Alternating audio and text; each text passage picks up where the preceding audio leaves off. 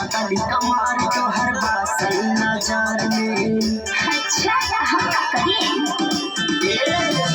गली का चनार बारू काटे उमर में पतली कमर तोहर बासल नजर में। पतली कमर नहीं लागी तोरा हुआ जाने दूरा ही से कोरा बड़ा मुसकी पे हमारे न रहलो भाई के मुसकी पे हमारे न रहलो भाई के नशा बुंदा